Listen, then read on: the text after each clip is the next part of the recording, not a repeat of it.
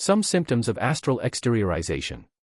Perhaps you can now recall having experienced one or more of the elementary stages of astral projection: the adhered or glued down sensation, the sensation of floating, of whirling, of zigzagging, of uprising, jumps in the hypnagogic state, breathtaking sensation at pit of stomach, a feeling as if one's consciousness were getting out of one's head.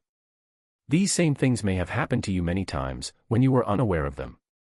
When you are conscious of them, the doctor will pass it off as nerves. It is easy to tell a patient that nerves cause such peculiar happenings, but telling him how nerves cause these happenings is a horse of another color. Nerves cause such peculiarities because the astral is not bound tightly in the physical. What is dizziness? It is a condition of looseness of the astral body. What loosens the astral body? Many things: a blow on the head, abnormal functioning of vital organs, a score of causes. Regardless of the cause, dizziness indicates that the astral body is not bound tightly to the physical.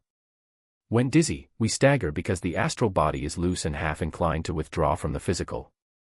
Whirling will cause dizziness, since it loosens the astral body, and, in this connection, it is interesting to note that the fakirs often resort to whirling to accomplish astral exteriorization.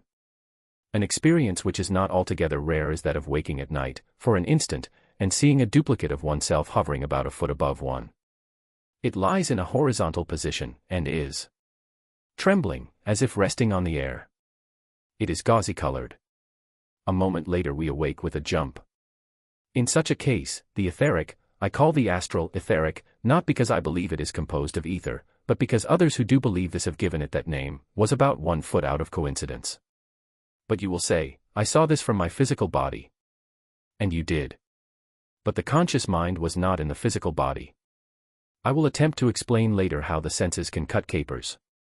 The track of sight sensation came from the conscious mind in the body above you, where you really were, and traveled through the astral cable to the physical eye. Some other symptoms of astral exteriorization are catalepsy, coldness of body, falling and flying dreams, and head-thumping dreams. One may see lights, images, figures, hear sounds of various kinds, all the way from inarticulate noises to beautiful strains of music. Mr. Prescott Hall, in his work on astral projection, summarized his own experiences in this connection as follows. The most definite objects seen were a Greek profile and the head and shoulders of a Hindu in a turban.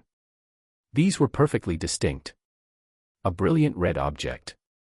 Third, large, round, blue lights. Fourth, a small blue and yellow light. Fifth, landscapes, sometimes of 2 tones and sometimes of natural colors. Sixth, luminous spaces or patches of mist or color, frequently outlines of persons, but showing no definite details. Seventh, irregular-shaped figures of all kinds, white in color and usually seen in a patch of blue sky, or tissue paper figures. These were perhaps the rarest sights, and required the most effort to produce.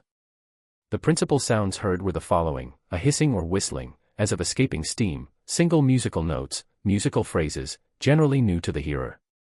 Hymn tunes and other tunes, which were known. Harmonics, often very beautiful. 2 or more notes, alternating in regular sequence. The sound of a bell or bells, sometimes in harmony. Metallic noises like the striking of an anvil. It is not unusual, at the beginning of a projection, to hear seemingly far distant sounds which sound familiar to the subject. Often it is as if someone, far away, were calling, in a musical voice. A very peculiar sensation is as if someone unseen were blowing in one's face. Again, it is as if some unseen fingertips touched one about the throat, mouth and nose, causing a tickling sensation.